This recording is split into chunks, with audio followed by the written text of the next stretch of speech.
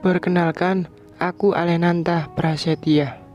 Aku seorang gadis yang berumur 18 tahun, bahkan hampir menginjak 19 tahun beberapa bulan lagi. Kejadian yang tak diinginkan menimpaku ketika hari ini.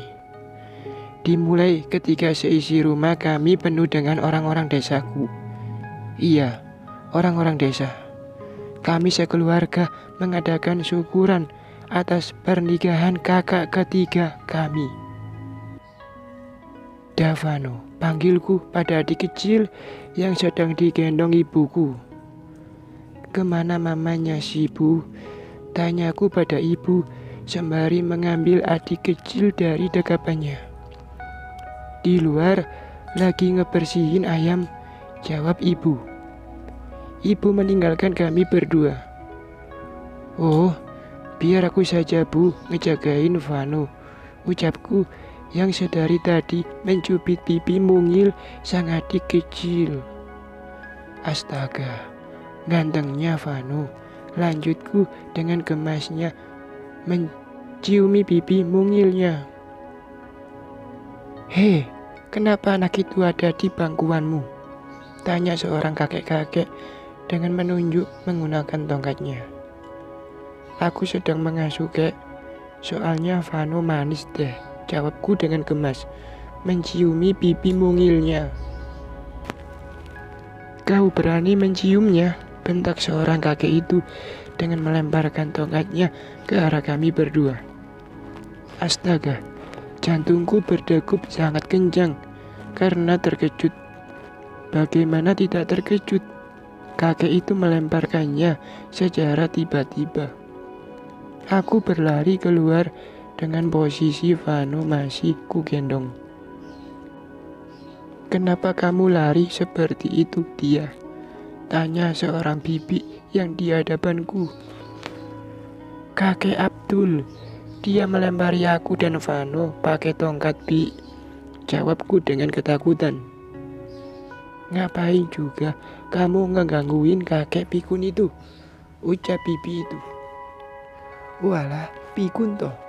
Pantesan kayaknya gaje. Aku enggak ngegangguinnya, Bi. Dari tadi aku ngasuh Vano, jawabku dengan jujur.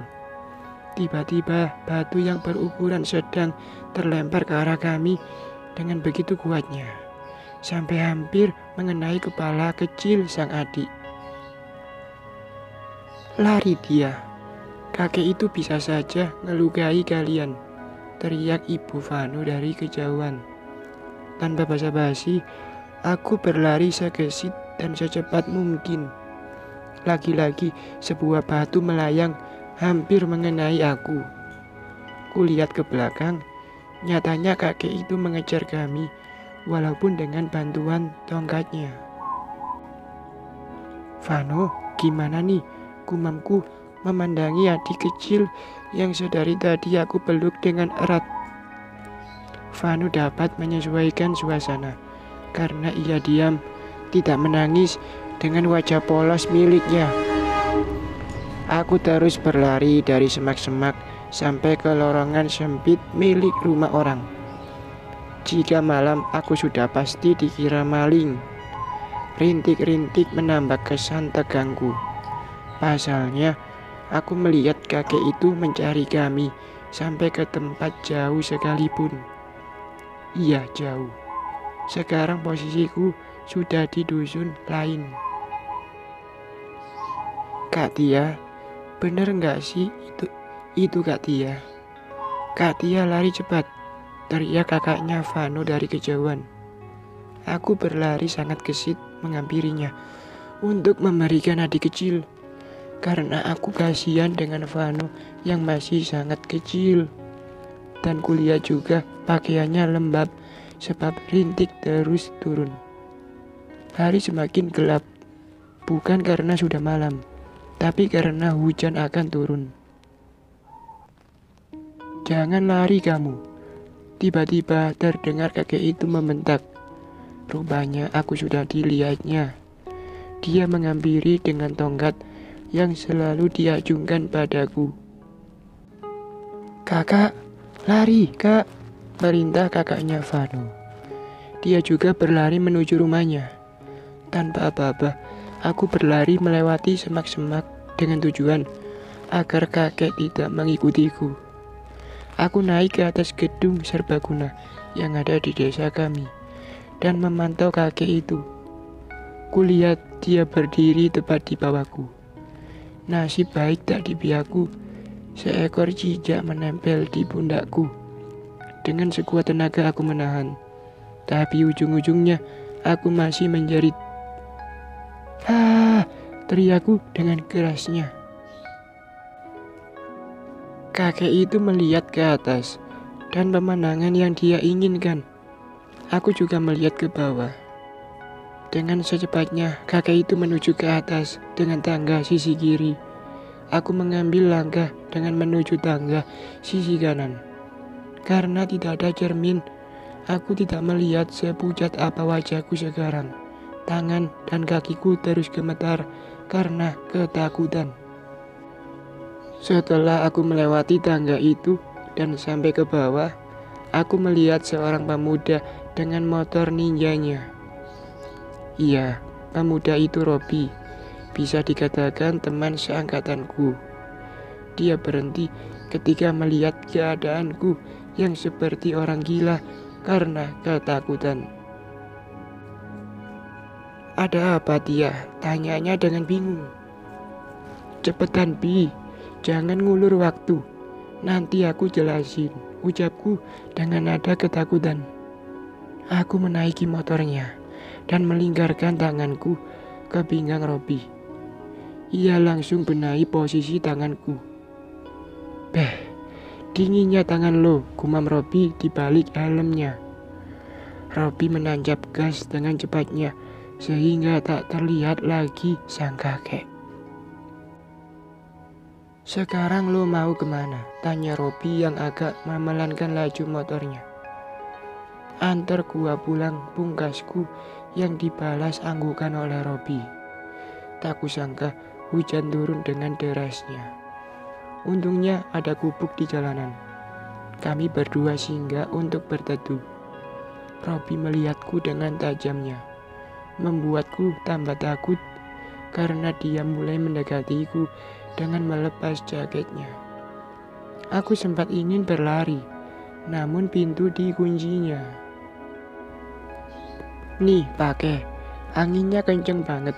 Jadi aku tutup aja pintu, ucap Robi mengibaskan jaketnya ke pundakku. Ternyata aku berburuk sangka. Robi tak seburuk yang aku kira.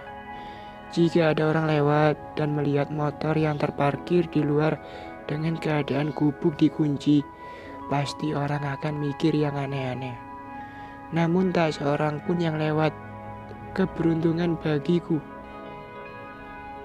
Emangnya kenapa sih lo lari-lari kayak tadi? Tanya Robi menghilangkan keheningan.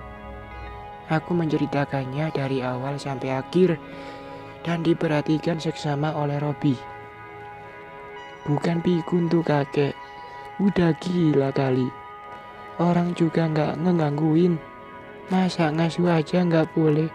Gerutu Robi dengan kesalnya. Ya gitulah. Gua takut banget Bi. Gimana nih? Entar dia nyamperin. Mataku meneteskan buliran bening karena kelewatan takut. Gak apa-apa. Gua bakal antarin lo sampai rumah, ucap Robi yang menenangkan dengan menggenggam tanganku yang gemetaran. Dan dihapusnya air mataku dengan sapu tangan miliknya. Sudah lama kami dalam gubuk itu. Mungkin sudah 1 jaman. Karena hujan telah reda, kami melanjutkan perjalanan pulang. Tak menunggu lama, kami pun sampai ke rumahku. Karena memang jarak agak dekat, aku berlari menuju belakang rumah yang diiringi oleh Robi di belakang. Ku naiki balkon yang lumayan tinggi menggunakan tangga kayu yang ada di pohon. Dengan bantuan Robi, aku selamat sampai atas. Makasih Bi, ucapku yang kemudian langsung berlari menuju kamar. Tak kuhiraukan Robi yang ada di bawah. Sekarang aku memikirkan cara bagaimana aku tidak akan bertemu kakek itu lagi. Setelah sampai di kamar, aku langsung mandi dan mengganti pakaianku. Kemudian ku baringkan tubuhku di ranjang karena kelelahan. Ku dengar langkah kaki menuju kamarku dan klek, suara pintu terbuka.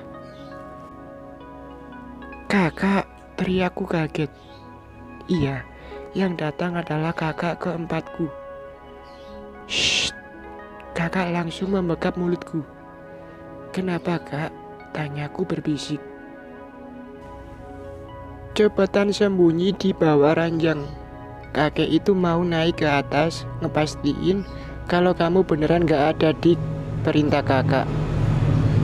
Dan langsung ku turuti dengan membaringkan tubuhku di bawah ranjang. Ku dengar langkah kaki dengan suara khas tongkat mendekati kamarku. Dan benar saja, ku lihat kaki kakek itu berada tepat di depanku. "Di mana kalian sembunyikan anak kurang ajar itu?" Kakek membentak kakakku. "Beneran gak ada, kek?" jawab kakak dengan gugup. Jangan-jangan di bawah ranjang. Kakek itu mulai menundukkan kepalanya. Ku pejamkan mata sembari berdoa, dan tiba-tiba, "Hah!"